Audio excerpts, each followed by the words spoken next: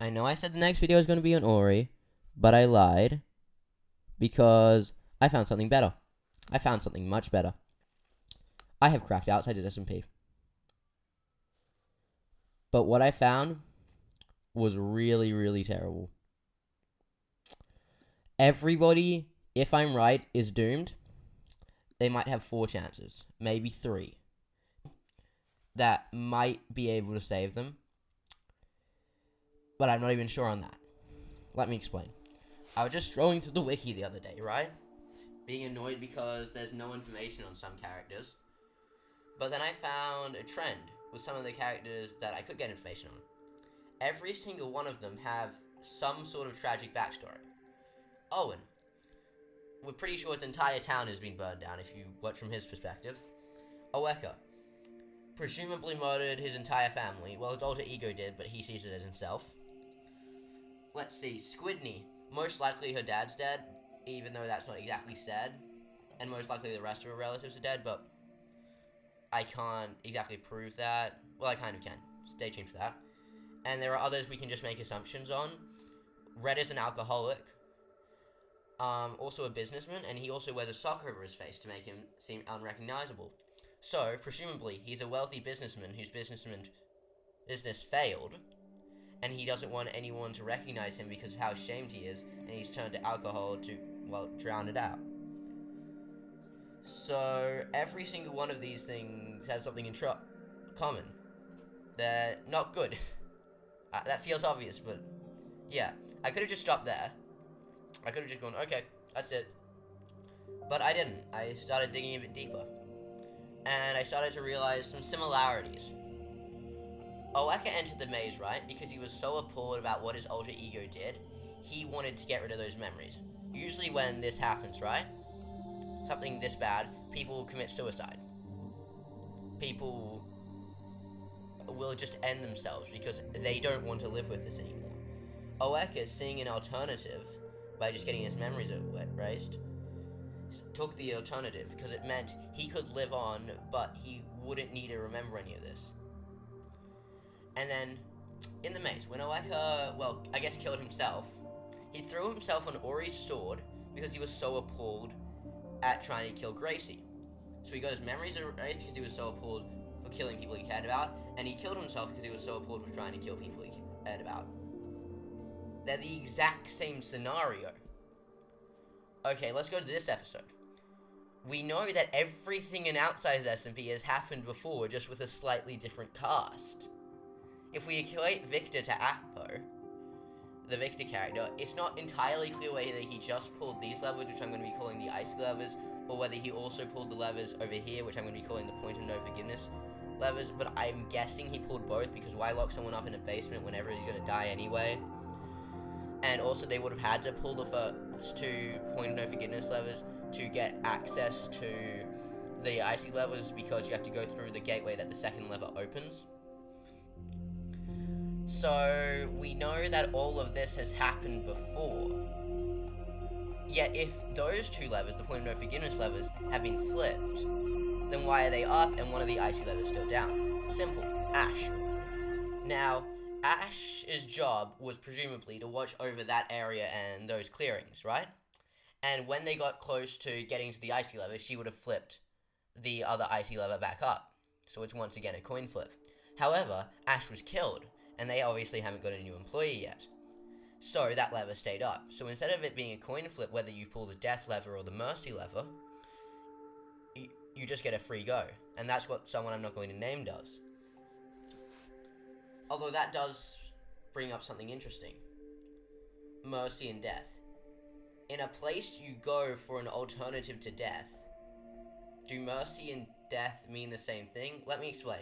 Some could argue that the maze is worse than death, so mercy, death, and even freedom could essentially mean the same thing to these people. So if you pull the mercy lever, which is what Victor pulled, you die in a peaceful way, like going in your sleep. But if you pull the death lever, well, we know that door opened back up again to let them back into the clearing, which presumably means grievers can get in.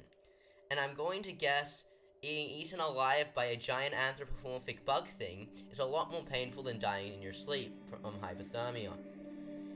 but correct me if I'm wrong. So, essentially, pulling the mercy lever just means you die quicker and more peacefully. But if you pull the death lever, it gives you more time. So essentially, the maze is a series of 50-50s. We don't know how many more of these sets of levers there are. If you pull the death lever, yes, Grievous get released, but you also have time to find the next set. So basically, it's a chance game. It's entirely a chance game. Now, you might be asking, for these two levers, what did the mercy lever do here for Ori? Well, it opened up the maze, and Ori pulled the death lever. That just let them into deeper part of the maze, which means Grievous. You see? Ori pulled the death lever. Well, I've proven that Apo couldn't have pulled the mercy lever, but most people believe that he did, but go check out that video for evidence. The death lever just gives you more time, but if you are caught, you get a more painful death. The mercy lever just kills you off quickly. So Ori pulled the death lever, and then Apo or Squidney or Raspy, well, none of them really, it was a time trigger, I think, pulled the mercy lever, which killed all the clearing 2 people, right? Because being killed by one Griever is a lot less painful than being killed by 7 in Sector 2, away from everybody you care about. How does this all link together, I guess, is what you're asking. Well, essentially what it means is that down there in those caves, Victor flipped the mercy lever. The person I'm not going to name flipped the death lever.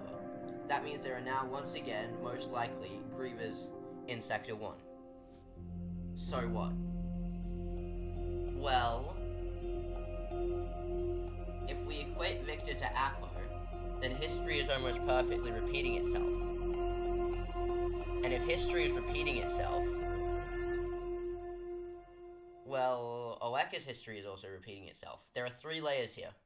So, your outside life reflecting how you die, and then the people who lived in the maze before you reflecting on how they live in the maze. Do you see what I mean? So everybody is going to die, because if it wasn't for this maze, that he would have committed suicide anyway, and everybody's going to die in the same way or for the same reason that they entered the maze. But when they die, have you noticed how every single one has been suicide?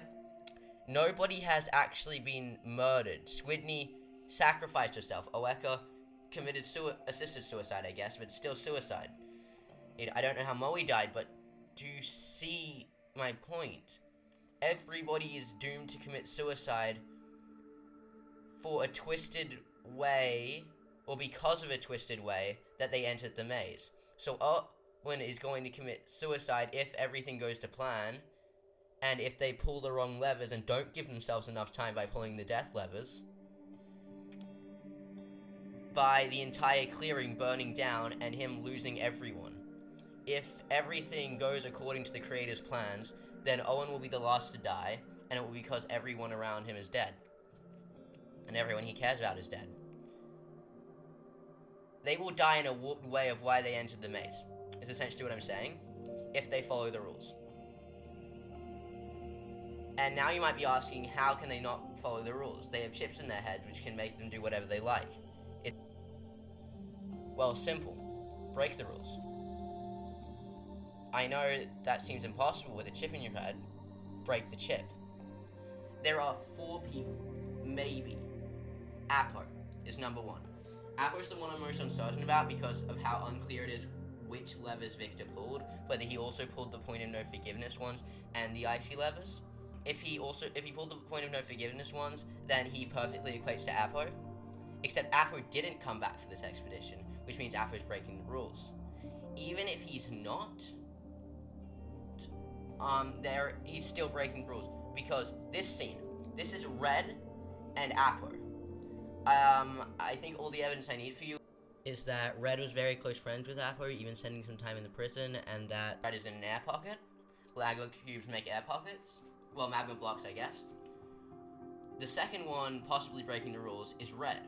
Because if Apo is breaking the rules by staying, if we're equating Victor to Apo, Victor came back because he had nothing to stay in the maze for. Well, Apo does have something to stay in the maze for. Red. And you're probably asking, how could Apo break the rules with the chip in his head? Simple. When he cut off his horns, he damaged the chip. Red is giving him something to stay in the maze for. And Red is also breaking the rules on his own. We know how Red constantly breaks the fourth wall and goes, "Fuck you, law," because that's how Red works. But I thought maybe it means something. Red's chip is almost certainly corrupted. Red never played by the rules. Red forgave Apo, whereas the levers are supposed to be the point of no forgiveness, and Red almost immediately forgave him. He constantly broke the fourth wall. He's talked about YouTube, other SMPs. He's never played by the rules. He's a businessman. And he's willing to do whatever dirty tricks he needs to get there. So, his chip has likely been corrupted as he was sent in, which lets him remember everything, because he also knows the name of the creatures. Red knows literally everything, because he has all his memories. So, Red, by existing, is breaking the rules. So they've stowed him away in these air pockets to get him out of the way. But then Apo's found him, further breaking the rules. So by stopping Red from breaking the rules, they've made Apo break the rules. So then there's Owen.